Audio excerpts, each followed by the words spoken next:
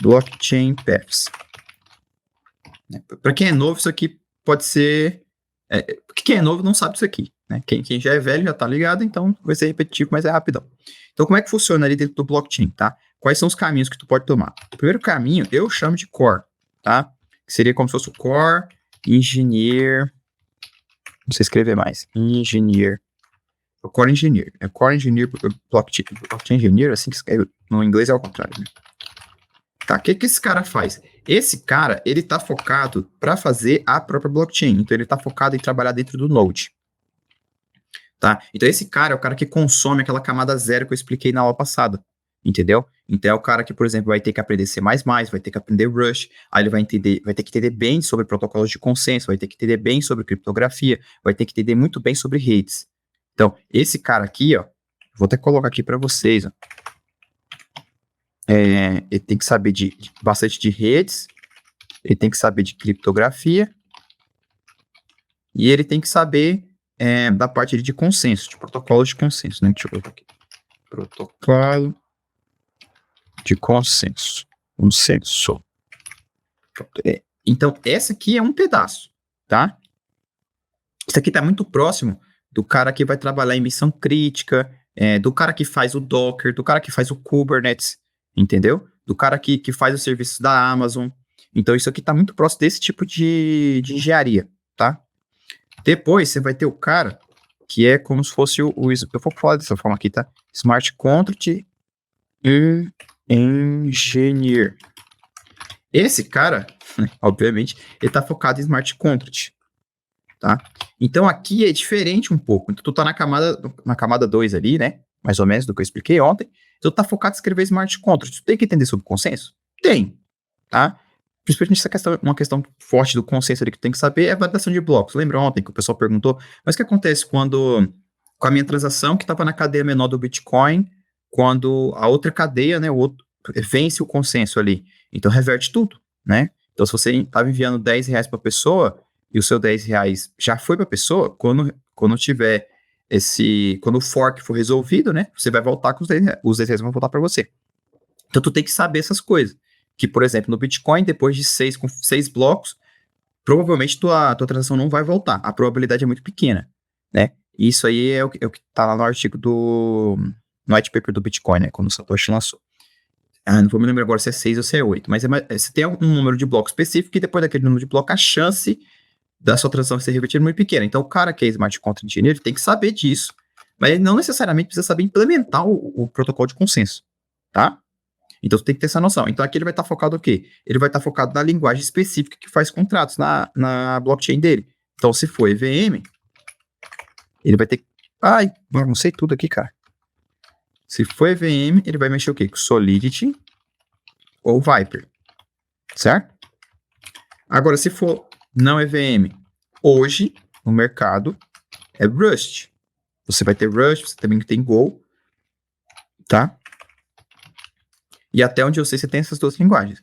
Tem também a Cardano, que usa o Haskell, e aí eles têm todo um TSL em cima do Haskell lá, para facilitar um pouco sua vida e para você poder construir smart contracts. Só que eu acho muito complicado o que eles fizeram lá, tá? Por mais que é seguro pra caramba, e a Cardano é uma das top blockchain, né?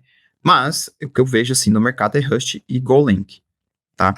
E aí você tem outro cara também, que é como se fosse eu não sei como é que eu poderia dar o nome, mas eu vou chamar aqui eu vou dar um nome bonito, né, cara? É legal botar um nome bonito no LinkedIn, né?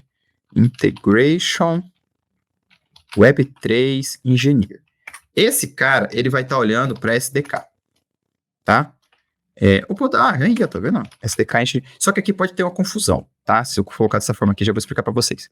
Então, esse cara, ele vai estar muito focado... não no SDK, eu vou confundir vocês. Não é no SDK que ele está focado, não. Ele está focado na camada de aplicação, tá?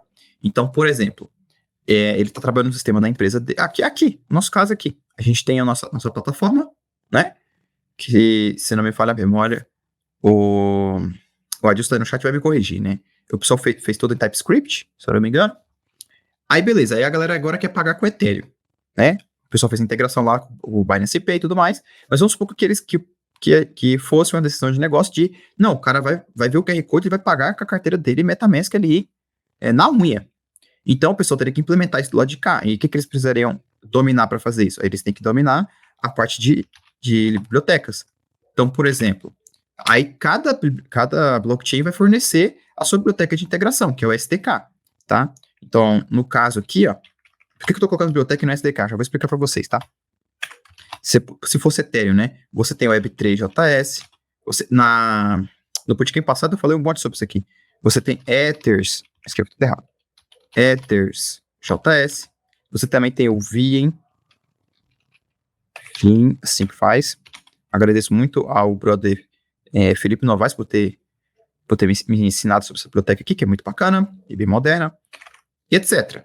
Tá? No nosso caso aqui, isso aqui é para Ethereum, tá? Então, qualquer coisa que não seja Ethereum, ele vai ter uma biblioteca para você integrar nela, tá? Que é o SDK da blockchain, sei lá, vai ser Cardano SDK.